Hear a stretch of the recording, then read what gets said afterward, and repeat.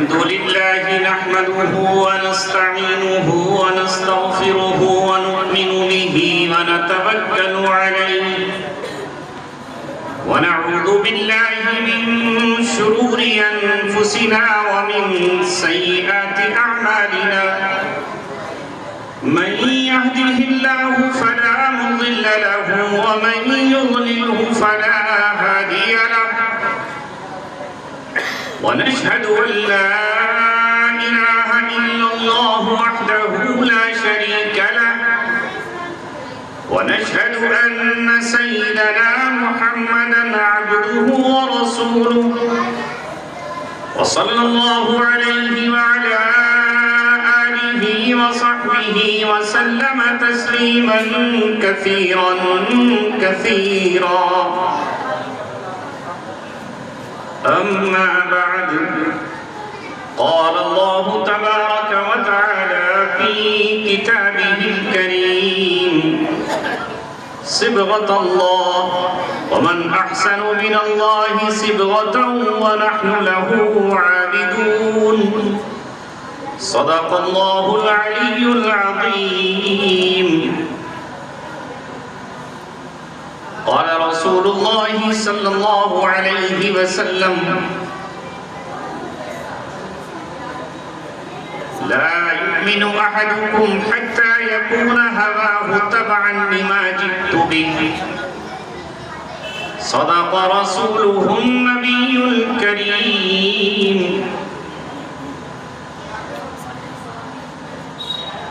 اب عشق میں ان کی خاطر ہم آنکھوں سے لہو برسائیں گے اب عشق میں ان کی خاطر ہم آنکھوں سے لہو برسائیں گے جب دل سے انہیں ہم چاہیں گے ایک دن تو کرم فرمائیں گے جائیں گی کبھی آہیں دل کی بالائے پلکتا عرش بری یہ درد محبت کے نالے کچھ رنگ تو اپنا لائیں بلبل کو نہ کر تو اے نادا پابند سکوت اور خاموشی بلبل کو نہ کر تو اے نادا پابند سکوت اور خاموشی جب اس کو چمن یاد آئے گا نالے بھی لبوں تک آئیں گے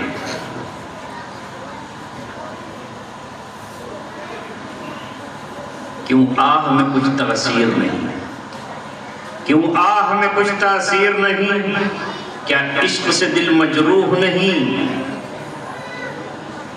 جب نور نہیں خود ہی دل میں منبر پہ وہ کیا برسائے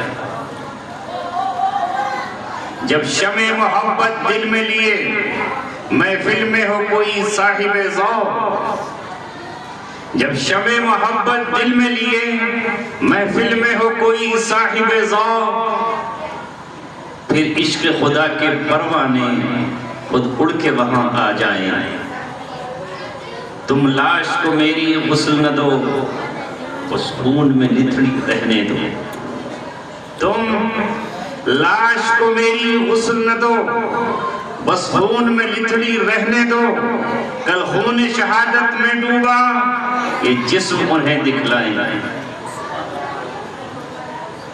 محترم حضرات ابھی آپ حضرات نے ایک نوجوان عالم دین باکمال خطیب اور مقرر سے بڑی ہی دلسوز تقریر سنی اور میں سمجھتا ہوں کہ اس کے بعد کچھ کہنے کی گنجائش تو نہیں ہے وائے بزم اتنا تو میر نے دیکھا پھر اس کے بعد چراغوں میں روشنی نہ رہا لیکن آج کی یہ مجلس اور آج کی یہ نورانی محفل ہندوستان کے ایک تاریخی قصبے میں ہو رہی ہے اور یہ قصبہ ہے جسے تاریخ ہندوستان میں ایک نمایاں مقام حاصل ہے یہاں اللہ تبارک و تعالیٰ نے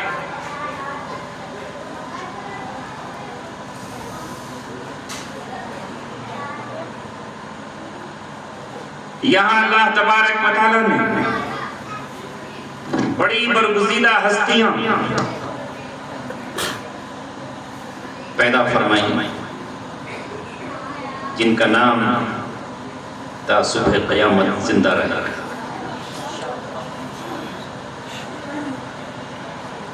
کون نہیں جانتا مجاہد آزادی، مفسر قرآن، صاحب قلم و زبان، حضرت مولانا حفظ الرحمن سیوہاروی رحمت اللہ علیہ۔ مجھے بتایا گیا انہی کی چاہت پر، انہی کے مشورے سے، انہی کی پسند سے 1927 میں اس ادارے کا قیام عمل میں آیا، اور 1927 سے لے کر آج 2023 تک یہ علم کا سرچشمہ علم کے پیاسوں کی پیاس بجھا رہا ہے۔ اس نے نہ جانے کتنے سخنور پیدا کیے، کتنے ادیب دیے، کتنے حافظ قرآن دیے، کتنے ولی کامل دیے، کتنے مسجدوں کے امام دیے، کتنے مدرس دیے، قوم کو راہبر دیے، رہنما دیے۔ اور آج بھی ہم خوش نصیب ہیں کہ اس مدرسے میں جس نے بڑے بڑے علماء نے تعلیم حاصل کی، آج ان 3 بچوں نے قرآن کریم کے حفظ کی تکمیل کو مکمل کیا ہے۔ سچی بات تو یہ ہے کہ آج کی یہ محفل ان 3 بچوں کے نام ہے۔ انہوں نے جو قرآن حفظ کیا ہے ان کی محنت کے نام ہے، ان کی جد و جہد کے نام ہے، ان کے ان اساتذہ کے نام ہے جنہوں نے انہیں الف سے لے کر یا تک پہلے قاعدہ پڑھایا، پھر ناظرہ قرآن پڑھایا، اور آج معمولی سی تنخواہ پر، معمولی سے معاوضے پر، بہت معمولی سے وظیفے پر اس چٹائی پر بیٹھ کر اصحاب صفہ کی طرح، محمد رسول اللہ کے دیوانوں اور غلاموں کی طرح ان 3 کے دلوں میں، ان کے دماغ میں، ان کے سینے میں، ان کے رگ و پے میں، ان کی خون کی بوند بوند میں قرآن مقدس کو محفوظ کر دیا ہے۔ یہی ہمارے لیے ایک ایسا درخت ہے جس کی چھاؤں میں بہت سے لوگ بیٹھیں گے۔ یہ ہمارے لیے صدقہ جاریہ ہے۔ یہ جب قرآن کی تلاوت کریں گے ہر لفظ پر، جیسا کہ رسول اکرم صلی اللہ علیہ وسلم نے فرمایا، ایک لفظ پر 10 نیکیاں ملیں گی۔ اگر کسی نے کہا الف لام میم تو آپ نے فرمایا الم اقل، میں نہیں کہتا الف لام میم حرف، کہ الف لام میم ایک حرف ہے، بل الف حرف، الف الگ حرف ہے، ومیم حرف، میم دوسرا حرف ہے، ولام حرف، اور لام تیسرا حرف، میم تیسرا حرف ہے۔ اس طرح 30 پڑھنے پر ہی 30 نیکیاں ملیں گی۔ آج مسلمانوں قرآن کریم کی عظمت ہمارے دلوں سے نکل چکی ہے، اور قرآن کریم کے احکام کو ہم نے پیچھے ڈال دیا ہے، اور قرآن کریم پر آج ہمارا عمل نہیں رہا ہے۔ بے شک اس قرآن سے محبت ضرور ہے، اس قرآن پر ہمارا ایمان ضرور ہے کہ یہ اللہ تبارک و تعالیٰ کی کتاب ہے، لیکن قرآن جس طرح نازل کیا، اور قرآن نے جس طرح یہ کہا ان ھذا القرآن یہدی للتی ہی اقوم، یہ قرآن وہ کتاب ہے جو سب سے بہترین رہنمائی کرتی ہے۔ اس سے بہتر دنیا کا کوئی شخص بھی رہنمائی نہیں کر سکتا۔ اس نے ماں کی کوکھ سے جنم لینے کے بعد پہلی بار جس نے آنکھیں کھولی ہیں، اس وقت سے لے کر کے قبر کی گود تک تمام پہلوؤں پر ہماری رہنمائی۔ یہ کوئی معمولی کتاب نہیں ہے جسے اے مسلمانوں تم نے صرف اس لیے سمجھ لیا ہے کہ اسے ہم مسجدوں میں لا کے رکھ دیں، اسے ہم اپنے طاقوں کی زینت بنائیں، اسے ہم محض اپنے مردوں کے لیے ایصال ثواب کے لیے پڑھوائیں۔ نہیں، یہ قرآن 1450 برس پہلے اس وقت آیا تھا جب انسان نہیں تھا، جانور تھا، بدترین جانور تھا، یہ حیوان تھا، لیکن حیوانیت بھی اس سے شرما رہی تھی. یہ درندہ تھا، اسے قرآن نے انسان بنایا. یہ حیوان تھا، اسے قرآن نے انسانیت سکھائی. یہ اللہ تبارک و تعالیٰ کا آخری پیغام ہے. یہ اللہ تبارک و تعالیٰ کا معجزہ ہے جو محمد رسول اللہ پر نازل ہوا ہے. میرے نبی محمد صلی اللہ علیہ وسلم کو جو معجزات دیے گئے ان میں ایک معجزہ یہ قرآن مقدس بھی ہے جس کی حفاظت کی ذمہ داری اللہ تبارک و تعالیٰ نے خود لی ہے. اے مسلمانوں، کبھی آپ نے سوچا کہ آپ کے پاس کتنی بڑی نعمت اور کتنی بڑی دولت ہے؟ کسی قوم کے پاس اس کی ایسی دھارمک کتاب نہیں ہے جو تمہارے پاس ہے،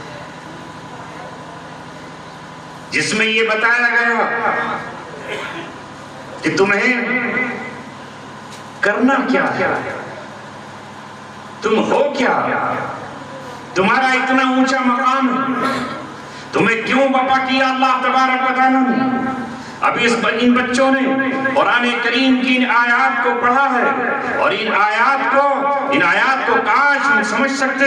میں درمیان میں مجھے نہیں معلوم ان بچوں کے ماں باپ یہاں موجود ہیں یا نہیں ہیں، مگر میرا پیغام ان تک پہنچے. اور میں ہر اس باپ سے یہ کہہ رہا ہوں جو اپنے بچوں کو حافظ بناتا ہے وہ اپنے بچوں کو محض حافظ بنا کر نہ چھوڑے، اسے قرآن کا عالم بنانا چاہیے. اسے قرآن کا جب تک وہ عالم نہیں بنائے گا وہ محض الفاظ کے رٹنے والا ہے. اسے قرآن یہ نہیں سمجھ پائے گا وہ کہ قرآن نے کیا کہا ہے، قرآن کا پیغام کیا ہے، اللہ تبارک و تعالیٰ کا ارشاد کیا ہے، اس کا ہمارے لیے حکم کیا ہے. اے بچوں کے ماں باپ، اے ان بچوں کی ماں، اے ان بچوں کے بھائیوں، میں تم سے یہ کہتا ہوں انہیں قرآن کا عالم بنانا، کیونکہ عربی زبان ہماری زبان نہیں ہے، ہماری زبان اردو یا ہندی ہے. ہم کیسے سمجھیں گے کہ اللہ تبارک و تعالیٰ نے ہم سے کہا کیا ہے؟ صبغۃ اللہ یہ پڑھا بچوں نے. اے میرے بچوں، میں تم سے بھی کہتا ہوں اس میں اللہ تبارک و تعالیٰ نے حکم دیا، کہہ دو ان سے جو اب تک یہ دعویٰ کر رہے تھے کہ ہم اہل کتاب ہیں، ہم صاحب کتاب ہیں، ہم نبیوں کی اولادیں ہیں، ہم رسولوں کے بیٹے ہیں، ہم نبیوں کی نسلیں ہیں، ہم پر کتابیں آتی رہی ہیں، ہم تمام جہاں والوں سے برتر ہیں، ہم سب سے افضل اور اعلیٰ ہیں. مگر ان کی زندگی کا حال یہ تھا کہ انہوں نے اللہ تبارک و تعالیٰ کی کتاب کو وَنَبَذُوهُ وَرَاءَ ظُهُورِهِمْ، انہوں نے اپنی پشتوں کے پیچھے ڈال دیا تھا اور اللہ تبارک و تعالیٰ سے کیے ہوئے عہد و پیمان کو توڑ دیا تھا.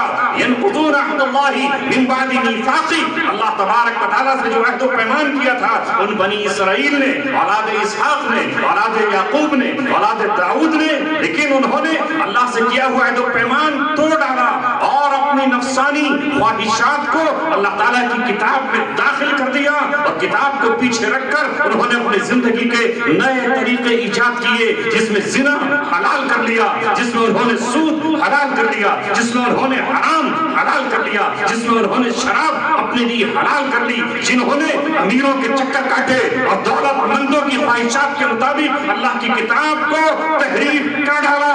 جب انہوں نے اس کتاب کو بیچ کر اور اس کی آیتوں کو فروخت کر کے اور حق کو چھپانا شروع کیا تو اللہ تبارک و تعالیٰ نے محرومی کا طاق ان کے گلے میں ڈالا اور اللہ تبارک و تعالیٰ نے ذلت کی زنجیر ان کی گردن میں ڈالی اور اللہ تبارک و تعالیٰ نے اپنے غضب کا کوڑا ان کی کمروں پر برسایا اور اللہ رب العزت نے کہا ضربت علیہم الذلۃ والمسکنۃ وباؤوا بغضب من اللہ، ذلت و مسکنت ان پر تھوپ دی گئی ہے اور اللہ تبارک و تعالیٰ کا غصہ ان کے ساتھ لگا دیا گیا ہے.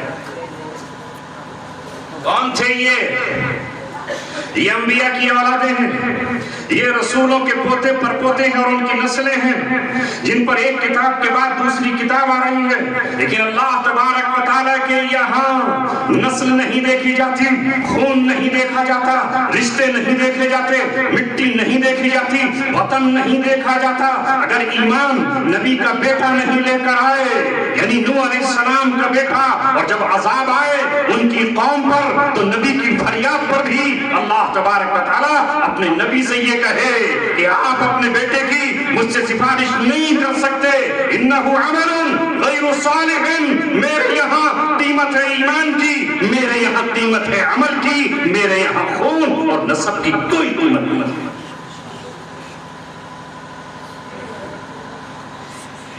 جب لوط علیہ السلام کی بیوی جو ان کی رفیقہ حیات ہے گھر میں ان کے ساتھ رہتی ہے، لیکن اس کا دل اور اس کی نظریں اور اس کے اندر کی روح اللہ کے دشمنوں کے ساتھ ہے، باغی قوم کے ساتھ ہے، بے حیا قوم کے ساتھ ہے، بے غیرت قوم کے ساتھ ہے، جسے لوط علیہ السلام ڈرا رہے ہیں، مگر بیوی ہو کر جب عذاب الہی آتا ہے اور اللہ تبارک و تعالیٰ فرشتوں کو بھیجتے ہیں اور حضرت لوط علیہ السلام ابھی سمجھ نہیں پا رہے کہ یہ کون ہے، تو فرشتے کہتے ہیں ہم آپ کو بچانے کے لیے آئے ہیں، آپ کے اہل کو بچانے کے لیے آئے ہیں۔ لیکن اہل میں بیوی تو سب سے پہلے شامل ہوتی ہے، لیکن اس قرآن کو میرے نوجوانوں پڑھتے چلے جائیے، اے مسلمانوں پڑھتے چلے جائیے، قرآن جگہ جگہ کہہ رہا ہے۔ ان فرشتوں نے کہا ہاں ہم تمہارے اہل کو بچائیں گے، لیکن اہل کون ہے؟ جو آپ پر ایمان لائے ہیں۔ الا امرأتک، تمہاری بیوی نہیں بچے گی،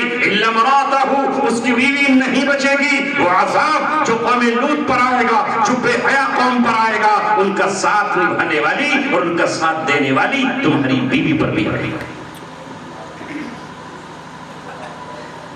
اس لیے قرآن مقدس آیا اور اس نے آ کر یہ کہا تم میں کوئی بڑا اور چھوٹے کا پیمانہ نہ بنائے۔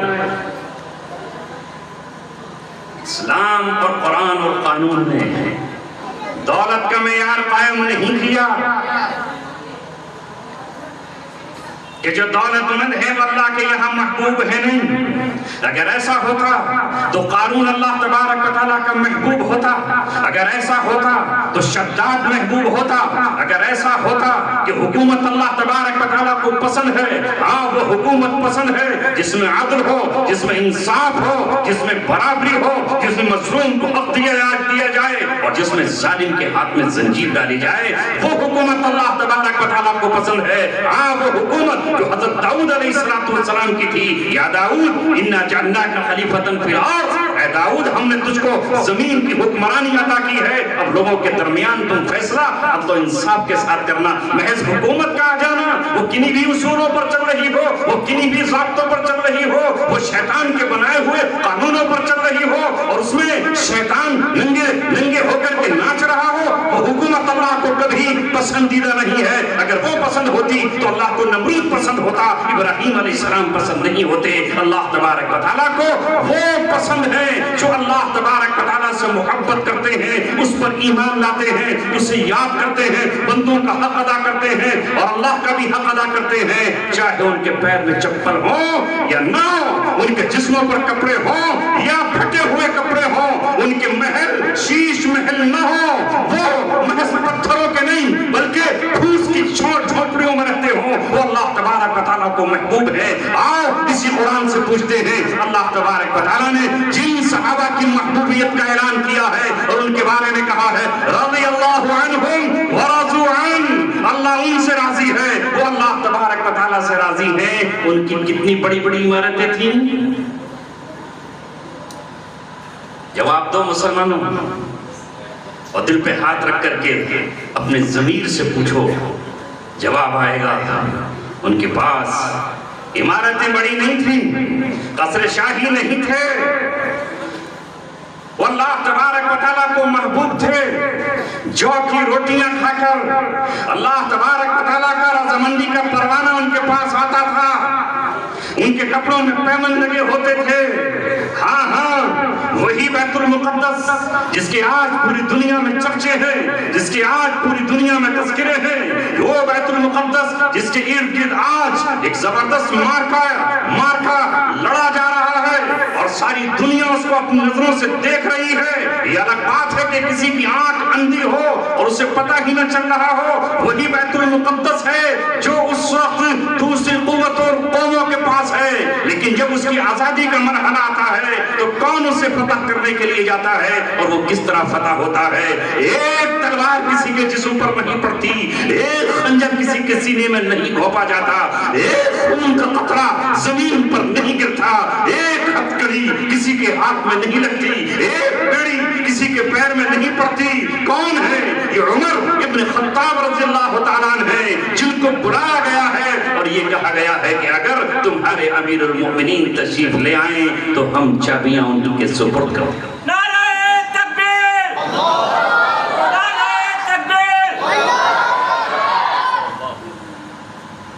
لیکن جب وہ جا رہے ہیں، تاریخ سے پوچھو، اتہاس پڑھانے والوں، یہ اتہاس پڑھاؤ، ہسٹری پڑھانے والوں، قوم کے بچوں کو یہ بھی بتاؤ، ایک ایسا شخص جا رہا ہے، یہ کون ہے کہ جس کی آرزو پر قرآن اتر جاتا ہے، جس کے دل میں تمنا ہوتی ہے، اس تمنا کو پورا کرنے کے لیے رب اپنا قرآن نازل فرما دیتا ہے۔ فَلَا وَرَبِّكَ لَا يُؤْمِنُونَ حَتَّى يُحَكِّمُوكَ فِيمَا شَجَرَ بَيْنَهُمْ ثُمَّ لَا يَجِدُوا فِي أَنفُسِهِمْ حَرَجًا مِّمَّا قَضَيْتَ وَيُسَلِّمُوا تَسْلِيمًا کہ یہ حضرت عمر کی شان میں نازل نہیں ہوئی کہ اللہ تبارک و تعالیٰ نے قیامت تک کے لیے قانون نہیں بنا دیا۔ حضرت عمر رضی اللہ تعالیٰ نے پہلے فیصلہ کیا اور اللہ تبارک و تعالیٰ نے اس فیصلے کو صحیح قرار دینے کے لیے اس قرآن کی آیت کو نازل کیا۔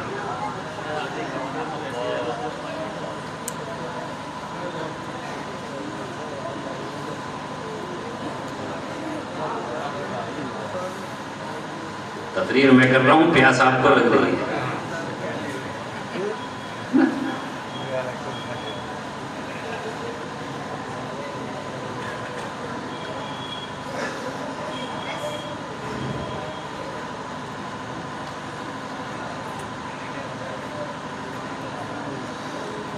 مضمون ہی ختم کر دیتا ہے بیچ میں۔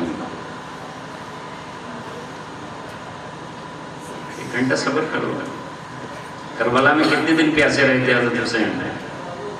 یاد ہے؟ اگر وہ منظر آ گیا کربلا کا پھر کیا ہوگا؟ اور اسی لیے تو اللہ تعالیٰ نے ہم سے یہ کہا، ایک مہینہ تو کم سے کم کچھ گھنٹے پیاسے رہ لیا کرو۔ تھوڑی دیر ہے، 35 منٹ اور ٹائم دے دو، تم کہیں ہم کہیں۔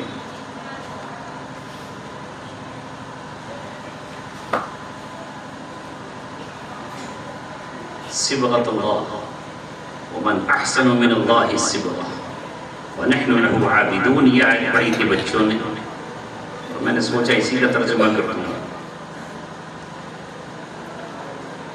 اللہ تعالیٰ نے کہلوایا،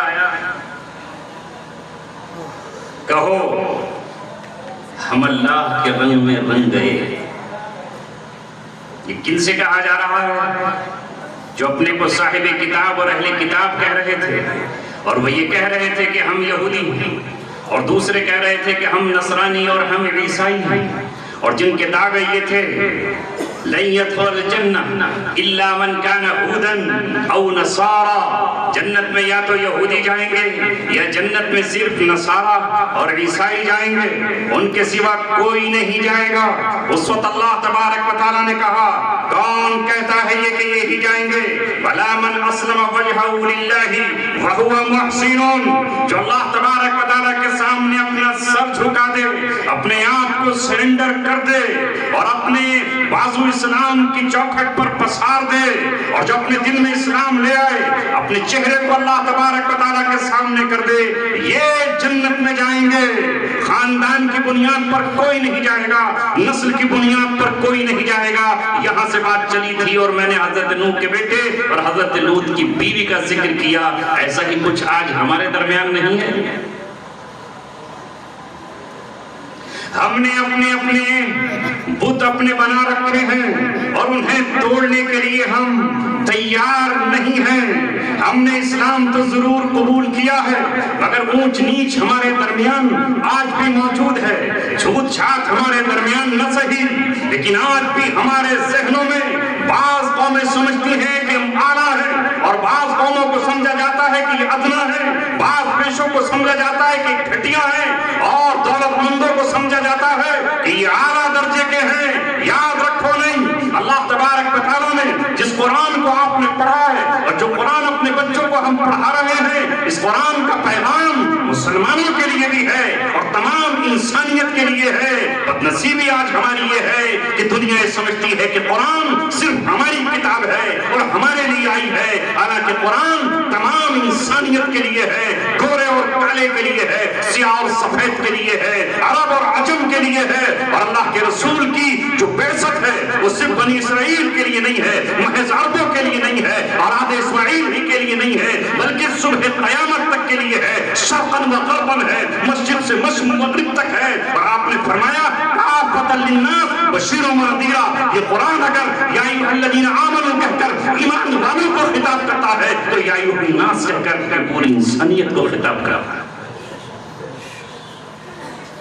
اس نے اگر یہ کہا ہے قرآن نے ھدی للمتقین، یہ متقیوں کے لیے ہدایت ہے، تو اس نے قرآن نے اگر یہ کہا ہے ھدی، تو پھر یہ بھی کہا ہے ھدی للعالمین، یہ تمام جہانوں کے لیے ہدایت ہے۔ پھر یہ بھی کہا ہے ھدی للناس، یہ تمام انسانیت کے لیے ہدایت ہے۔ مکے کی پہلی وہ قوم جس کو قرآن سپرد کیا گیا، مدینے کی وہ جماعت جس صحابہ کے نام سے منسوب کیا گیا، وہ اس قرآن کو لے کر ایران میں پہنچتی ہے، عراق میں جاتی ہے، اور پھر تابعین اور تبع تابعین افغانستان تک پہنچتے ہیں، افریقہ تک پہنچتے ہیں، ہندوستان تک لوگ پہنچتے ہیں، اور دنیا کے کونے کونے میں جا کر یہ کہتے ہیں کہ یہ اللہ تبارک و تعالیٰ کی کتاب ہے جو تمہیں یہ بتاتی ہے کہ تمہیں تجارت کس طرح کرنا ہے، کون سی تجارت جائز ہے اور کون سی تجارت ناجائز ہے۔ مسلمانوں نے سب کچھ قربان کر دیا جب اس قرآن نے آ کر یہ کہا اب تک اگر تم سودی تجارت کرتے تھے تو کر چکے، اب تک جو تم سودی لین دین کرتے تھے وہ لے چکے، تمہارا جو پیسہ سود پر پھیلا ہوا ہے اسے واپس نہیں لے سکتے ہو، آج سے سودی لین دین بند کر دو۔ اہل مکہ اور اہل مدینہ نے قرآن کی ایک آیت سن کر بند کر دیا، یہ سوال نہیں کیا ہم تجارت کیسے کریں گے۔ آج تو لوگ کہتے ہیں آپ سود کو حرام قرار کہتے ہو تو ہم مکان کیسے بنائیں گے، ہم ایک کریٹا گاڑی کیسے نکالیں گے، ہم ایک ہم عمدہ گاڑی کیسے نکال کر لائیں گے۔ آپ ہمیں بتائیے، اسلام نے آ کر یہ کہا کہ سود حرام ہے، وَذَرُوا مَا بَقِيَ مِنَ الرِّبَا، جو اب تک سودی لین دین کر چکے ہو کر چکے، آج کے بعد سود سے اپنے ہاتھوں کو میلا مت کرنا، اپنے خون کو ناپاک مت کر لینا، اس لیے کہ جو حرام کھاتا ہے اس حرام کی غذا سے اس کا خون ناپاک ہو جاتا ہے، اور جب خون ناپاک ہوتا ہے تو خون ہی رگوں میں دوڑتا ہے اور خون ہی دل میں دوڑتا ہے، پورا جسم اور روح ناپاک ہو جاتا ہے۔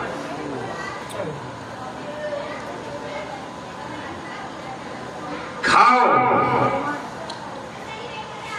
کلوا من طیبات ما رزقناکم، جو ہم نے رزق دیا ہے اس میں سے کھاؤ، حلالا طیبا، حلال رزق کھاؤ۔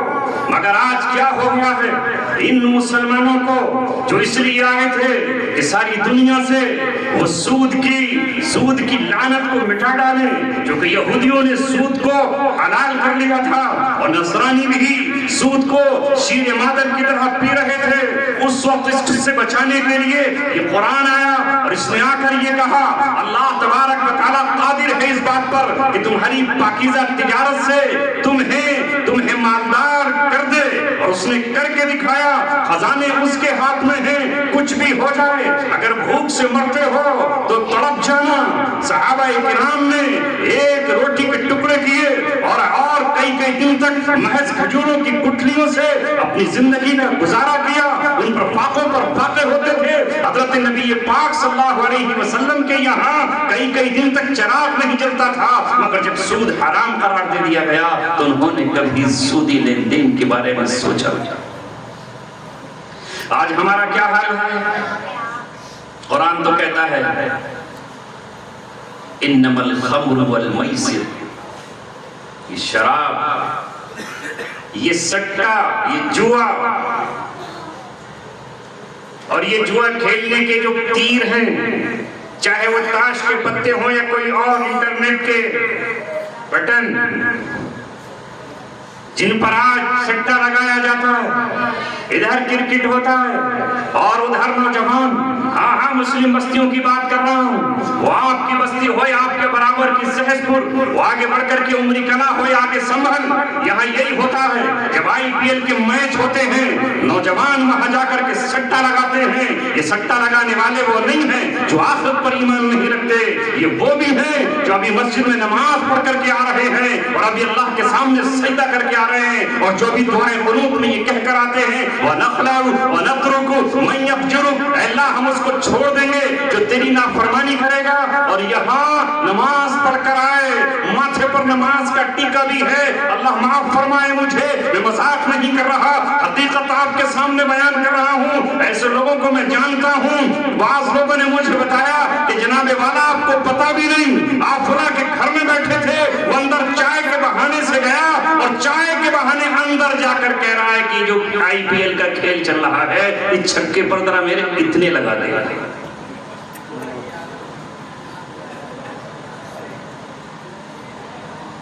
اللہ تبارک و تعالیٰ جس دین کو لے کر آئے اس میں شرطیں حرام ہیں، اس میں بازیاں حرام ہیں۔ اللہ نے فرمایا وَيَسْأَلُونَكَ عَنِ الْخَمْرِ وَالْمَيْسِرِ قُلْ فِيهِمَا اسْمٌ كَبِيرٌ وَمَنَافِعُ لِلنَّاسِ وَاسْمُهُمَا أَكْبَرُ مِن نَفْعِهِمَا۔ یہ آپ سے پوچھتے ہیں شراب اور جوئے کے بارے میں، یہ لہذا شراب اور جوئے میں بہت زیادہ نقصانات ہیں، بہت زیادہ مضرتیں ہیں اور بہت زیادہ اس میں انسانیت کے لیے تکلیف دہ چیزیں ہیں۔ ہاں تھوڑا بہت نفع بھی ہے، ایک بار جیت گیا اور دو بار جیت گیا تو مزہ بھی آ گیا، لیکن اگر ہار بھی گیا شراب میں تھوڑا مزہ بھی ہے، تھوڑی دیر کے لیے اسے ایسا لگتا ہے کہ دنیا کا سب سے بڑا پہلوان اور سب سے بڑا بادشاہ یہ شرابی ہے، سڑک پہ ایسے چلتا ہے جیسے ریل کا بھی یہ مقابلہ کر رہے ہیں، کیونکہ وہ انسان کی حیثیت میں نہیں۔ لیکن ام الخبائث شراب کو قرار دیا گیا، ہمیں روکا گیا ان تمام چیزوں سے، زنا سے روکا گیا اور کہا گیا وَلَا تَقْرَبُوا الزِّنَا، زنا کے قریب تک مت جانا، إِنَّهُ كَانَ فَاحِشًا، یہ بے حیائی ہے، وَسَاءَ سَبِيلًا، اور بہت برا راستہ ہے۔ زنا کے مقابلے پر ہمیں اجازت دی گئی نکاح کرو، اللہ تبارک و تعالیٰ نے تمہارے لیے حلال کیا ہے، بیویوں کو عورتوں کو حلال قرار دیا ہے۔ کچھ عورتیں ہیں جن کو حرام قرار دیا ہے، بعض کو کنڈیشن کے ساتھ حرام قرار دیا ہے، اور اس کے بعد اللہ تعالیٰ نے کہا جائز نکاح کیجئے۔ اگر تم جائز نکاح کرتے ہو تو بیوی کے چہرے کو دیکھنا یہ عبادت ہے، اس کے منہ میں روٹی کا لقمہ رکھنا یہ عبادت ہے، اپنے بچوں کی پرورش کرنا یہ عبادت ہے، اپنی بیٹیوں کو پالنا اور ان کی بہترین تربیت کرنا یہ نبی کے قرب کا ذریعہ ہے۔ اگر تم جائز نکاح کرو گے یہ اولاد، اگر تم دو بیٹیوں کو پالتے ہو کل میدان قیامت میں رسول اللہ کے اتنا قریب ہوگے جتنا نبی پاک کی یہ دو انگلیاں ہیں اور آپ نے دونوں انگلیوں کو ملا دیا۔ ہمیشہ سے شیطان اور شیطان کے پرستار یہ کہتے ہیں جنسی خواہش نکاح کے ذریعے پوری نہ کرو بلکہ اسے جانوروں کی طرح، قوم لوط کی طرح اور بے حیائی کے ساتھ کرو، نہ اولاد ہو، نہ اولاد کا نسب ہو، نہ اولاد کی ذمہ داری ہو۔ اللہ تبارک و تعالیٰ نے ہماری خواہشات پر روک نہیں لگائی بلکہ ان کو کنٹرول کیا ہے۔ تمہیں کھانا کھانا ہے، تمہیں کپڑے پہننے ہیں، تمہیں غسل کرنا ہے، تمہیں نہانا ہے، تمہیں کھیت میں جا کر کے کام کرنا ہے۔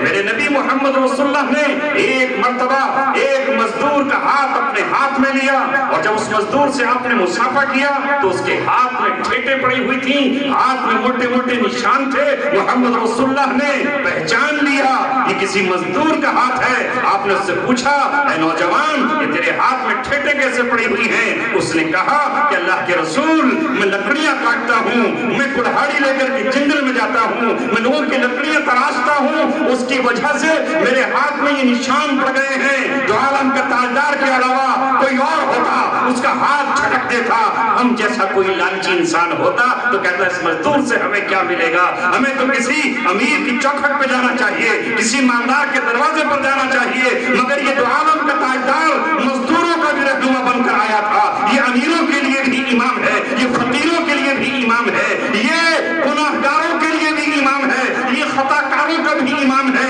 یہ رہبر ہے سب کا۔ اس مزدور کا ہاتھ آگے بڑھایا اور آگے بڑھا کر ہاتھ کو اپنے مبارک ہونٹوں سے وہ ہونٹ جو محمد رسول اللہ صلی اللہ علیہ وسلم کے ہیں، ساری کل کائنات ایک طرف رکھ دی جائے اور محمد رسول اللہ کے ہونٹوں سے مقام پر رکھ دیے جائیں تو ساری کائنات اس پڑھنے میں اوپر چڑھ جائے گی۔ اس کے ہاتھوں کو چوم کر یہ فرمایا ایک مزدور کا ہاتھ اللہ تبارک و تعالیٰ کو جو اپنے بچوں کے لیے حلال روزی کماتا ہے اتنا ہی محبوب ہے جتنا کسی ملک کی اسلامی ملک کی سرحد پر کھڑے ہو کر اسلام کا کوئی محافظ اسلام کی حفاظت کرتا ہے، اس کی حفاظت کرتے ہوئے جو محبوب اللہ تبارک و تعالیٰ کو ہاتھ ہے اتنا ہی محبوب ایک مزدور کا حق ہے۔ ہم نے کیوں نہیں جانا کہ ہم جب مزدوری کریں گے تو اس ہاتھ پر اللہ تبارک و تعالیٰ کا پیار اترے گا۔ اے میرے عزیزوں، آج مسلم نوجوانوں کے ہاتھوں میں کوئی لاٹھی کے ٹکٹ کے پیچھے بھاگ رہا ہے، کوئی سٹے کے پیچھے بھاگ رہا ہے، اور دیندار کہلانے والوں کی اولادیں تک بھی اس کے پیچھے جا رہی ہیں۔ نتیجہ یہ ہو رہا ہے کہ ہمارے گھروں میں جو کمائی آ رہی ہے وہ حرام کی کمائی ہے، اور حرام کی کمائی بالکل ناپاک کمائی اس کو کہا گیا ہے۔ انما الخمر والمیسر والانصاب والازلام رجس من عمل الشیطان، یہ شیطان کے کام ہیں اور ناپاک ہے۔ یہ مت سمجھو کہ یہ حلال روزی پاک ہے، اور حرام کی روزی سے اگر کوئی جسم پل گیا تو اللہ کے رسول فرما رہے ہیں کہ جو جسم حرام روزی سے پلے وہ جہنم میں جا کے رہے۔ آج حالات یہ ہیں ہمارے کہ سارا زمانہ ہم پہ ہنس رہا ہے، ہر طرف پریشان حالی ہے، زبوں حالی ہے۔ ہوا کیا ہے؟ جس قوم سے اللہ تبارک و تعالیٰ نے وعدہ کیا عزت تمہارا مقدر ہے، عزت تمہارا تاج ہے، عزت تمہارا صحرا ہے، وَلِلَّهِ الْعِزَّةُ وَلِرَسُولِهِ وَلِلْمُؤْمِنِينَ، عزت اللہ کے لیے ہے، اس کے رسول کے لیے ہے اور مومنین کے لیے ہے، جن سے اللہ تبارک و تعالیٰ نے 1450 برس پہلے وعدہ کیا، اور وہ وعدہ آج قرآن میں زندہ ہے، تابندہ ہے، زندہ جاوید ہے۔ اپنے بچوں کو اٹھاؤ، انہی بچوں کو اٹھاؤ اور ان سے کہا ذرا ہمیں سنا تو دے، بلندی کس کے لیے ہے، اونچائی کس کے لیے ہے، رفتیں کس کے لیے ہے، اونچا مقام کس کے لیے ہے؟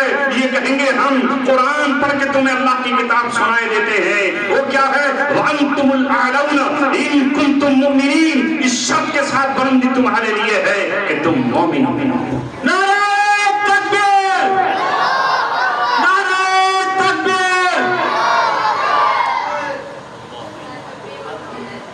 عزت آپ کے لیے، لیکن آپ مومن ہو۔ جب کچھ نام نہاد مسلمانوں نے اور مومنوں نے عزت کہیں اور تلاش کی تو قرآن نے کہا یبتغون عندہم العزت، کیا وہ ان کے پاس عزت تلاش کرتے ہیں؟ جن سے عزت کا تاج چھین لیا گیا، جنہیں محروم کر دیا گیا، وہ وہاں عزت تلاش کرتے ہیں، وہاں عزت نہیں ملے گی۔ اے مسلمانوں پلٹ آؤ۔ حضرت امام مالک رحمت اللہ علیہ نے ایک جملہ کہا ہے اور اس جملے کو میں آپ کے حوالے کر رہا ہوں۔ آپ نے فرمایا لن يصلح آخر هذه الامه الا بما صلح اولها، اس امت کے آخر کی اصلاح بھی اسی سے ہوگی جس سے اس کے اول کی اصلاح نہ تھی۔ ہمیں یہ نہیں کہا گیا کہ ہم دولت پر خزانے کے سانپ کی طرح بیٹھ جائیں، ہم سے تو یہ کہا گیا جائز کماؤ، حلال کماؤ، اور اپنی اس حلال کمائی سے بھی خرچ کرو۔ اپنی خون پسینے کی کمائی 2.5% تو اس میں سے زکوٰۃ کی شکل میں نکالو اگر صاحب نصاب ہو، اور زکوٰۃ ہی نہیں بلکہ اللہ کے رسول نے فرمایا کہ ان فی المال لحقا سوى الزکاۃ، زکوٰۃ کے علاوہ بھی مالوں میں حصہ ہے۔ کن کا؟ قرآن کریم نے کہا للسائل والمحروم، جو مانگتے مانگتے تمہاری چوکھٹ پر آ گئے ان کا بھی حصہ دو، اور جو مانگتے نہیں آئے لا يسألون الناس الحافا، جو نہیں مانگتے ان کو بھی دو۔ ہمارا اسلام دین قرآن ہم سے کہتا ہے کہ اپنا مال ہم خرچ کریں، اپنی کمائی میں سے ہم خرچ کریں۔ جگہ جگہ قرآن کریم نے کہا وَأَنفِقُوا مِمَّا رَزَقْنَاكُمْ، جو ہم نے تمہیں دیا ہے اس میں سے تمہیں انفاق کرنا ہے، اس میں سے تمہیں خرچ کرنا ہے۔ ان قوموں کی طرح نہیں جو یہ سوچتے ہیں کہ ہمیں ہر حال میں سود کی شکل میں پیسے کمانا ہے۔ 3 دن پہلے میرے پاس ایک دہلی میں نوجوان آیا، اور وہ نوجوان، اس کی 3 بیٹیاں ہیں، اس کی بیوی کو ٹی بی ہو گئی، اور اور ٹی وی میں وہ اپنی بیوی کی خدمت کرتا رہا، کرائے کا مکان ہے، ظاہر ہے کہ بیوی کو ایمس لے جاتا رہا کہ اس کو سال بھر ٹی وی ہو جائے تو 8-9 مہینے تو ویسے ہی دوا پینی پڑتی ہے، ریڑھ کی ہڈی کی ٹی وی کسی سے قرض لیا اور آخر میں لوگوں نے قرض دینا منع کر دیا۔ آپ جائے تو کہاں جائے، کیا کرے، آٹو چلائے کرائے پر لے کر، آٹو بھی چھن جائے، بچیاں جو ہے وہ رو رہی ہیں کہ مکان کرائے بھی دینا ہے، اور پھر آباد میں جا کر مسلمانوں نے قرض دینا بند کر دیا۔ تو اس نے روتے ہوئے اپنی داستان سنائی اور اس نے یہ کہا کہ مفتی صاحب 64,000 روپے میں نے سود پر لے لیے، ہر مہینے مجھے 4200 روپے سود ہی کے بھرنے ہوتے، 1 سال ہو گیا۔ میں نے کہا یہ سود پہ دینے والا کون؟ کہا یہ بھی مسلمان ہے، یہ بھی مسلمان ہے۔ اے مسلمانوں، اس قرآن نے اور اللہ تبارک و تعالیٰ نے ہم سے یہ کہا کہ تم صرف مشرق و مغرب کی طرف منہ کرنے کو سمجھتے ہو کہ یہ نیکی ہے۔ لیس البر ان تولوا وجوہکم قبل المشرق والمغرب ولکن البر من آمن باللہ والیوم الآخر والملائکۃ والکتاب والنبیین وآتى المال على حبہ ذوی القربى والیتامى والمساکین وابن السبیل والسائلین وفی الرقاب۔ یہ خالی مغرب کی طرف رخ کر لینا، مشرق کی طرف رخ کر لینا، یہ اللہ تعالیٰ کا اشارہ ہے عیسائیوں کی طرف۔ وہ بیت المقدس کے مشرق کی طرف منہ کرتے تھے اور یہودی مغرب کی طرف منہ کرتے تھے، اور اسی پر بونڈر کاٹے ہوئے تھے۔ انہوں نے ادھر رخ کر کے نماز پڑھ لی، انہوں نے ادھر رخ کر کے نماز پڑھ لی۔ یہ اشارہ مسلمانوں کی طرف بھی ہے کہ نماز پڑھنے ہی کو محض نیکی مت سمجھ لینا، اللہ سے وفاداری مت سمجھ لینا۔ اللہ سے وفاداری نمبر 1، ایمان لے کر آؤ اللہ پر، اس کی کتابوں پر، رسولوں پر، فرشتوں پر، آخرت کے دن پر، اور ساتھ ہی جو مال ہے تمہارے پاس، وَآتَى الْمَالَ عَلَى حُبِّهِ ذَوِي الْقُرْبَى، یہ مال خرچ کرو اپنے رشتہ داروں پر۔ اگر بھائی غریب ہے تو سگا بھائی بھائی پہ خرچ کرے، بہن غریب ہے تو بھائی بہن پہ خرچ کر دے، اگر مامی غریب ہے تو بھانجا خرچ کرے، اگر بھتیجا غریب ہے تو چچا خرچ کرے، اگر چچا غریب ہے تو بھتیجا خرچ کرے۔ ذوی القربى، قریبی رشتہ داروں پر خرچ کرو، ڈھونڈو اپنے رشتہ داروں کو۔ تمہاری بہن تو کہیں مستحق نہیں ہے تمہارے مال کی، اور پھر اس کے ساتھ یتیموں پہ خرچ کرو۔ یتیم کہاں سے لائے گا؟ یتیم کو کون کھلائے گا؟ اسے کپڑے کون پہنائے گا؟ تم نہیں سمجھتے مگر سمجھو، یہ دور تھا اس وقت جنگوں کا۔ جس طرح آج کسی خطے میں جنگیں شروع ہو جائیں، ماں بھی مر گئی، باپ کا بھی انتقال ہو گیا، بڑی بہن بھی مار دی گئی، یہ ننھے منھے بچے رہ گئے، انہیں کون پالے گا؟ ان کی کون خدمت کرے گا؟ اہل اسلام سے کہا جا رہا ہے یہ یہودیوں کے یہاں جھولی پھیلا کر بھیک نہ مانگے، یہ عیسائیوں کی چوکھٹ پر کسی جج کے سامنے جا کر بھیک نہ مانگے، یہ کسی لنگر میں جا کر کے نہ بیٹھ جائیں۔ اے مسلمانوں، تم خرچ کرو ان یتیموں پر، مسکینوں پر خرچ کرو۔ اور آگے فرمایا وفر رقاب، اور گردنیں چھڑانے میں بھی تمہیں اپنا مال خرچ کرنا۔ علماء نے لکھا ہے کل گردنیں چھڑانے میں غلام ہوتے تھے، باندیاں ہوتی تھیں، کل غلاموں کی گردن چھڑانے کے لیے قرآن کہہ رہا ہے جگہ جگہ تمہاری بعض قسموں کا کفارہ یہ ہے کہ غلاموں کو آزاد کرو۔ کسی سے ناحق کسی مسلم کا قتل ہو جائے، کسی غلام کو آزاد کرو۔ کوئی غلام تمہارے آ کر یہ کہے میں نے اپنے آقا سے سمجھوتا کر لیا ہے، 1 لاکھ دینار دے دوں گا، کہا قرآن نے ان غلاموں کی گردنیں آزاد کرانے پہ خرچ کرو۔ آج بدلتے ہوئے دور میں ان حالات میں غلام تو نہیں ہیں، باندیاں تو نہیں ہیں، مگر آج گردنیں آزاد کرانے کے لیے ایسے لوگ موجود ہیں کہ جن کی گردن پر قرضوں کا بوجھ ہے، ان کی گردنیں آزاد کراؤ۔ جیسے میں نے آپ سے کہا کہ وہ نوجوان آیا 64,000 روپے کہاں سے کہاں سے دے گا؟ چولہا جلتا بڑی مشکل سے ہے، بیماری لگی ہوئی ہے، مگر جس کے پاس پیسہ آ جاتا ہے وہ کہتا ہے غریب ہے ہی کون؟ ان کی گردنیں آزاد کراؤ، چاہے امداد کی رقم سے اور چاہے زکوٰۃ میں بھی ایک مد وفر رقاب ہے گردنیں آزاد کرانے میں۔ آج 2 طرح کی گردنیں ہو سکتی ہیں، ایک کوئی قیدی ہو سکتا ہے، قیدیوں کی گردن آزاد کرانے میں اپنا مال خرچ کرو، اس لیے کہ وہ مجبور ہے، معذور ہے، اندر بند ہے، کما نہیں سکتا ہے، اس کی گردنیں بھی تمہیں آزاد کرانی ہے۔ رسول اکرم صلی اللہ علیہ وسلم نے اپنی حیات طیبہ میں اپنے دوستوں سے کہا، ابوبکر صدیق سے کہا غلاموں کو آزاد کرو۔ انہوں نے مکے میں غلاموں کو آزاد کر دیا، حضرت خدیجہ نے آزاد کیا، حضرت عائشہ نے آزاد کیا، حضرت عبدالرحمن بن عوف نے آزاد کیا، حضرت عثمان غنی نے غلاموں کو آزاد کیا، اور جن کے پاس نکاح کے پیسے نہیں ہوتے تھے ان کو نکاح کے پیسے دیے، مہر کے پیسے دیے، کسی سے کو قرض دیا، یہ وہ صحابہ تھے۔ لیکن آج ہم اپنی دولت کے خزانوں پر سانپ بن کر بیٹھ گئے ہیں، حویص نہیں بھرتی، اور ہم نے فائنینس کے آفس کھول رکھے ہیں، اور ہم نے سود پر اپنے پیسے اٹھا رکھے ہیں، اور ہم نے سٹے کا کاروبار شروع کر رکھا ہے۔ یہ مسلمان ہیں اور پھر سمجھتے ہیں کہ اللہ تبارک و تعالیٰ کی طرف سے ان پر روزانہ رحمتیں برسیں گی، اللہ تبارک و تعالیٰ ان پر انوار کی بارشیں کرے گا، ان پر برکتیں اتریں گی۔ ہرگز نہیں، تم وہ ہو جن کو اللہ تبارک و تعالیٰ نے اپنی کتاب دی ہے، تم نے لا الہ الا اللہ پڑھ کر محمد رسول اللہ کا اقرار کر کے قرآن کو اپنے گھروں میں رکھ کر کے اللہ سے معاہدہ کیا ہے، عہد و پیمان کیا ہے، ہم تیرے ہیں، ہم مسلمان ہیں۔ مسلمان کا مطلب یہ ہے کہ اللہ ہم نے تیرے احکام کے سامنے اپنے آپ کو سرنڈر کر دیا۔ اسلام کہتا ہے کہ آپ اپنے مال کو خرچ کریں، کیوں نہیں کرتے؟ ہاں خرچ ہو رہا ہے مال، تعلیم پر نہیں، یتیموں کی کفالت پر نہیں، بیواؤں پر نہیں، مسکینوں پر نہیں، مال خرچ ہو رہا ہے نام و نمود کے لیے، شہرت کے لیے، دکھاوے کے لیے، جہاں اللہ تعالیٰ کی کوئی قبولیت نہیں ہوتی۔ اسلام آیا اور اس نے بہت ساری بیجا بیڑیوں کو ہمارے پیروں سے نکالا، اور بہت سی روایات اور کریتیوں کو جو ہمارے ہاتھوں کا بندھن بنی ہوئی تھی ان زنجیروں کو توڑ ڈالا، اور اسلام نے آ کر بہت آسان راستہ ہم کو دیا۔ ہم سے یہ کہا ایک طرف اللہ تبارک و تعالیٰ کا حق ادا کرو، اور وہ حق کیسے ادا ہوگا؟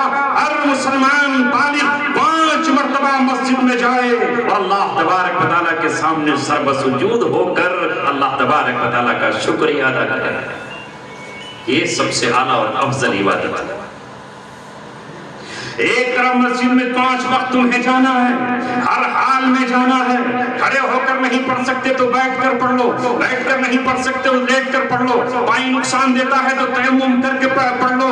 یہ اللہ تبارک و تعالیٰ کا پہلا حق ہے، ادھر اللہ کا حق ادا کرو اور ادھر ہی وآتوا الزکاۃ، اور زکوٰۃ بھی ادا کرو اور اپنے مال کو خرچ کرو۔ یہ بندوں کا حق ہے، حقوق العباد بھی ادا کرنے ہیں اور حقوق اللہ بھی ادا کرنے ہیں۔ مگر ہم میں یہی تو آج مسئلہ ہے۔ کچھ لوگ وہ ہیں جو کہتے ہیں ہم تو بندوں کی خدمت میں لگے ہوئے ہیں، انسانیت کی خدمت کر رہے ہیں، اللہ کے حق کی ضرورت نہیں، اور کچھ کہتے ہیں کہ ہم تو اللہ کا حق ادا کر رہے ہیں، ہمیں انسانیت کو دیکھنے کی ضرورت نہیں۔ اسلام ان دونوں چیزوں کو لے کر آیا ہے۔ اس نے علم دین کی تعلیم کو ہم پر فرض کیا ہے، طلب العلم فریضۃ علی کل مسلم، علم کا حاصل کرنا ہر مسلمان پر، مرد ہو یا عورت، اس پر فرض ہے۔ وہ علم حاصل کرے، اسے معلوم ہو کہ زکوٰۃ کے مسائل کیا ہیں، اسے معلوم ہو کہ حج کے مسائل کیا ہیں، اسے معلوم ہو کہ پاکی اور ناپاکی کے مسائل کیا ہیں۔ یہ صرف مولاناؤں کو نہیں آنے چاہیے، ہر مسلمان کو آنا چاہیے۔ یہ صرف مسجد کے امام کو نہیں آنا چاہیے، ہر مسلمان مرد و عورت کو آنا چاہیے۔ اسی کے لیے تعلیم گاہیں ہوں جہاں علم دین بھی سکھایا جا رہا ہو۔ اور اسلام یہ نہیں کہتا کہ آپ دنیاوی علوم حاصل نہ کریں اور فن حاصل نہ کریں اور صنعت حاصل نہ کریں۔ اسلام کیسے روک سکتا ہے؟ قرآن کہتا ہے حضرت داؤد علیہ السلام زرہ بناتے ہیں، جب ایک نبی ہو کر، اللہ کا دعا ہو کر، بادشاہ ہو کر، زمین کا خلیفہ ہو کر اگر وہ زرہ بناتا ہے، وہ زرہ بناتا ہے، تو تمہیں صنعت سیکھنے سے اسلام کہاں روکتا ہے؟ دوسری زبانیں سیکھنے سے بھی ہمیں منع نہیں کیا گیا۔ جب یہودیوں نے عبرانی زبان میں لکھی ہوئی تورات کو چھپایا، اس کے احکام کو چھپایا، تو آپ نے صحابہ سے کہا کہ عبرانی زبان سیکھو تاکہ تمہیں پتہ چل سکے کہ تورات میں لکھا کیا ہے، تاکہ ہم دعوت کا کام پورے طریقے سے انجام دے سکیں۔ آج مسلمانوں، اگر تمہیں کچھ کرنا ہے، اپنے رب کو راضی کرنا ہے اور اپنے مولا کو راضی کرنا ہے اور اس جہاں میں عزت کی زندگی گزارنا ہے تو تمہیں تعلیم گاہوں کی طرف آگے بڑھنا ہوگا۔ فضول خرچیوں سے باز آ جاؤ۔ کیا نکاح کے لیے ضروری ہے 100 آدمیوں کی بارات جائے؟ کیا نکاح کے لیے ضروری ہے 8 لاکھ کی کار دی جائے؟ کیا نکاح کے لیے ضروری ہے لال خط لکھے جائیں؟ میں اماموں سے، مؤذنین سے درخواست کرتا ہوں، مجھے زیادہ کچھ کہنے کا حق نہیں ہے۔ رسومات سے الگ اعلان، ڈنکی کی چوٹ یہ کہو کہ ہم رسموں کو زندہ کرنے نہیں آئے، ہم سنتوں کو زندہ کرنے کے لیے آئے ہیں۔ تمہاری رسموں میں شریک نہیں ہوں گے، اتنا ہی تو ہوگا کہ وہ آپ سے نکاح نہیں پڑھوائے گا۔ اللہ تبارک و تعالیٰ کے خزانوں میں کوئی کمی نہیں ہے۔ اگر ٹھوکر مارو گے اس رسم کو تو اللہ تبارک و تعالیٰ کے خزانے اتنے ہیں کہ وہ وہاں سے دے گا جس نے وعدہ کیا ہے۔ وَمَن يَتَّقِ اللَّهَ يَجْعَل لَّهُ مَخْرَجًا، اللہ اس کے لیے کوئی نہ کوئی راستہ نکالے گا۔ وَيَرْزُقْهُ مِنْ حَيْثُ لَا يَحْتَسِبُ، اور اس کو روزی وہاں سے دے گا جہاں سے گمان نہیں۔ ایسے علماء اگر آگے بڑھیں، علماء حق، اے عوام کے لوگوں، آپ آگے بڑھو۔ آج آپ کی نظروں کے سامنے ہے ہمارا حال۔ اب ذلت ہماری چوکھٹوں تک پہنچ گئی ہے اور ذلت کا طوق بنی اسرائیل کے گلے میں تھا، وہ ہماری گردنوں تک پہنچ گیا ہے۔ یہ شہر ہو یا اس کے علاوہ اور شہر ہو، آج مسلمانوں کی بیٹیاں اپنا ایمان کا سودا کر رہی ہیں اور ایمان بیچ کر وہ وہاں جا رہی ہیں جہاں دہکتی ہوئی جہنم ہے۔ یدعون الی النار کا وہ مصداق بن نہیں ہے۔ اللہ نے پیدا کیا مسلمان باپ کے گھر میں، مسلمان باپ کی پشت میں اس کے نطفے کو رکھا، مسلمان ماں کے رحم میں اللہ تبارک و تعالیٰ نے اس کی پرورش کی۔ وہ جب دنیا میں آئی تو اس کے کان میں اشہد ان لا الہ الا اللہ پڑھا گیا، اشہد ان محمد رسول اللہ کہا گیا، مگر ہائے ہماری بے حسی اور ہمارے گناہ اور ہمارے جرائم اور ہماری رسمیں اور ہماری رواج نے آج یہ کیا کہ جب انہوں نے بلوغت کی دہلیز پر قدم رکھا تو باپ کو ٹھوکر دکھائی اور ہم سب سے الگ تھلگ جا کر کے اس نے وہاں اپنی زندگی بسانا شروع کر دی جہاں دنیا میں بھی اس کے لیے اندھیرا اور آخرت میں جہنم کے شعلے اس کا مقدر ہے۔ کون بچائے گا انہیں؟ غور کرو، اسباب ڈھونڈو، وجہ کیا ہے؟ یہ بیماری کہاں سے آئی ہے؟ یہ چیز کہاں سے آئی ہے؟ بیٹی ہمارے ہاتھ سے چلی گئی، جہنم کا ایندھن بن گئی، آگ کے شعلے بن گئے، اس کی کوکھ مشرکین کے بچوں کی آماج گاہ بن گئی، جو ہماری آگے چل کر نسل بنتی، جو ہماری ذریۃ طیبہ ہوتی، جو ہمارے لیے پاکیزہ اولاد ہوتی، آج وہ ہمیں دعوے مفاقت دے کر گئی ہے۔ ہماری نیندیں حرام ہو جانا چاہیے تھی، ہمارا راتوں کا چین اجڑ جانا چاہیے تھا، ہمارے آنسوؤں سے یہ آنسو نہیں خون کے آنسو بہ جانا چاہیے تھے۔ ہم مولا کے دربار میں ہوتے، تڑپتے، سر جوڑ کے بیٹھتے، مگر ہائے افسوس کہ ہمارا حال یہ ہے کہ آج بھی ڈیجوں پر ہمارے بچے ناچ رہے ہیں اور آج بھی گھنگرو باندھ کر کے ہم اپنی بیٹیوں کو سرعام نچا رہے ہیں۔ نچانے والا باپ مسلمان ہے، یہ ہم دیکھ رہے ہیں۔ آج ہم اپنے بچوں کو دیکھتے ہیں کہ وہ 15 اگست پر پتنگیں اڑاتے پھر رہے ہیں۔ آئے اس قوم کا کیا ہو گیا؟ اے میرے دوستو، ہماری ذمہ داری یہ ہے کہ ہم سر جوڑ کر بیٹھیں اس طوفان سے پہلے۔ واتقوا فتنة لا تصيبن الذين ظلموا منكم خاصة، اس آزمائش سے ڈرو، بچو اس دن سے کہ جب وہ فتنہ آئے گا تو وہ ظالموں ہی کو نہیں لپیٹے گا بلکہ وہ سب کو لے کر کے چل جائے گا۔ اپنے مال کی قدر کر لو، اگر اللہ نے مال دیا ہے اسے فضول خرچی میں مت اڑاؤ۔ خالص تقریر سے کام نہیں چلے گا میرے دوستو، مولانا آئے تقریر کر کے چلے گئے۔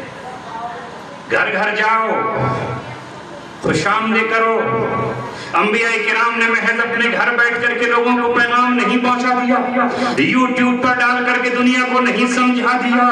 وہ دروازوں پر گئے، وہ لوگوں کی چوکھٹوں پر گئے، وہ ان کے پاس گئے، ان کی خوش آمدید کی اور ان سے کہا انی لکم ناصح امین، ہم تمہارے خیر خواہ ہیں، وما اسألکم علیہ اجرا، ہم تم سے کوئی اجر نہیں چاہتے، وما اسألکم علیہ مالا، ہم تم سے اس دعوت پر کوئی مال نہیں چاہتے۔ قوم نے پتھر مارے اسے سہ لیا، گالیاں دی تو صبر کر لیا، اگر کوڑے برسائے تو اسے بھی پی گئے، کیونکہ انہیں حکم تھا صبر کرتے رہیے۔ اے میرے عزیزو، اللہ تبارک و تعالیٰ حجت پوری کیے بغیر فرعون کو بھی دریا میں نہیں ڈبوتا، اس تک حجت پوری کرنے کے لیے، اسے معجزات دکھانے کے لیے، اسے آیات بینات دکھانے کے لیے، اسے اللہ تبارک و تعالیٰ نے توحید کا پیغام پہنچانے کے لیے موسیٰ علیہ السلام کو کہا تمہیں جانا ہوگا۔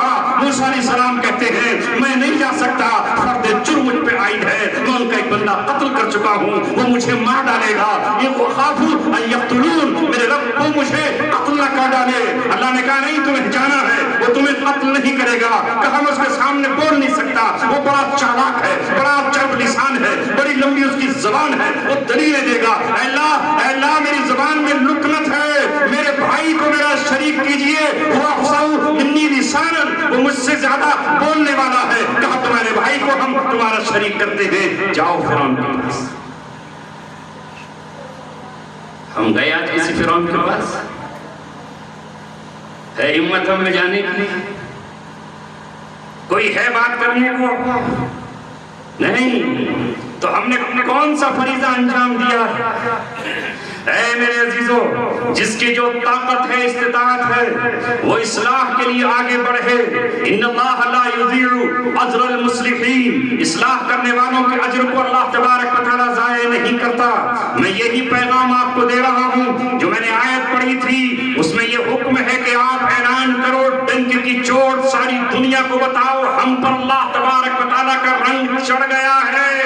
اگر کسی پہ عیسائیت کا رنگ چڑھا ہے تو چڑھا کرے، کسی نے یہودیت کا رنگ چڑھایا اپنی اولاد پر تو وہ چڑھایا کرے۔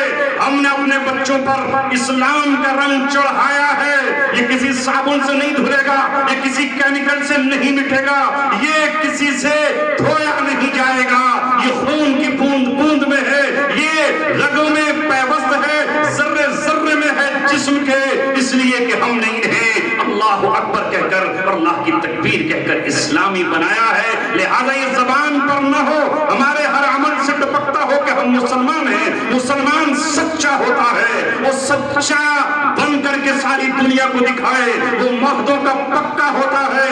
والموفون بعہدہم اذا عاہدوا، نیکی یہ ہے کہ جب کسی سے وعدہ کر لو تو اس وعدے کو پورا کرنا ہے، چاہے زمین کا نقصان برداشت کرنا پڑے، چاہے مال کا نقصان برداشت کرنا پڑے۔ والموفون بعہدہم اذا عاہدوا والصابرین فی البأساء والضراء وحین البأس۔ اللہ تبارک و تعالیٰ فرما رہا ہے یہ کون لوگ ہیں، یہ کون ہے اللہ سے عہد و پیمان کو پورا کرنے والے، یہ کون ہے نیکیوں کو حاصل کرنے والے۔ والصابرین فی البأساء، فقر آ گیا، فاقہ آ گیا، مصیبتیں آ گئیں، تکلیفیں آ گئیں، کوئی شکوہ نہیں ہے، رب تو فاقے پر رکھے گا تو فاقے سے رہیں گے، بھوکا رکھے گا تو بھوکے رہیں گے، حرام کا لقمہ نہیں کھائیں گے، کسی کا مال نہیں چڑھائیں گے، کسی کے سامنے جھولی نہیں پھیلائیں گے۔ یہ حالات محمد رسول اللہ پر مکہ میں بھی آئے، 3.25 سال تک بائیکاٹ کر دیا گیا، 3.25 سال تک مکہ میں بائیکاٹ کیا گیا، نہ کسی کو گالی دی تھی، نہ کسی کے تھپڑ مارا تھا، نہ کسی کو چھیڑا تھا، نہ کسی کا حق دبایا تھا، نہ کسی کی بیٹی کو نظر بھر کے دیکھا تھا۔ جرم صرف یہ تھا کہ لا الہ الا اللہ، مجھے حکم اعظم لا الہ الا اللہ، بس لا الہ الا اللہ کہہ رہے تھے۔ تمام سردار جمع ہو گئے ابو جہل کی قیادت میں، تمام کے تمام جمع ہوئے، ان کے بچوں کو بھوکا مار دینا ہے، ان کی بیٹیوں کو تڑپا دینا ہے، ان کے نوجوانوں کو خاک و خون میں لپٹا دینا ہے۔ جب یہ بھوک سے تڑپ جائیں گے، جب یہ بھوک سے گھبرا جائیں گے، محمد رسول اللہ کو ہمارے حوالے کریں گے اور ہم محمد رسول اللہ کا قتل کر کے اپنے دل کی پیاس بجھائیں گے۔ مگر واہ صحابہ کرام، واہ بنو ہاشم، انہوں نے اعلان کر دیا ہم اونٹ کی طرح ببول کے پتے اور کانٹے چبا لیں گے، ہم درختوں کی چھالیں چبائیں گے، ہم سوکھے چمڑوں کو پانی میں بھگو کر اسے چوس کر زندگی گزاریں گے، رب دو جہاں کی قسم۔ لیکن ہم اس دیوانے کو، اس محمد کو، اپنے سر کے تاج کو، اپنے دلہا کو، اپنے دلبر کو تمہارے حوالے نہیں کریں گے جب تک سانسوں میں سانس ہے، جب تک جسم میں جان ہے۔ اور انہوں نے رسول اللہ صلی اللہ علیہ وسلم کو حوالے نہیں کیا۔ نعرہ تکبیر،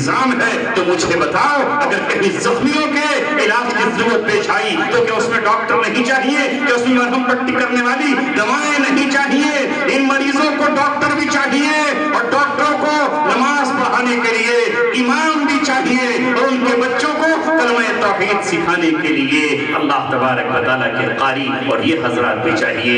اس کا کوئی آپس میں ٹکراؤ نہیں ہے۔ ہم ایک دوسرے سے محبت کریں، ایک دوسرے سے دعائیں کریں۔ انہی الفاظ کے ساتھ اپنی بات ختم کرتا ہوں۔ وآخر دعوانا الحمدللہ۔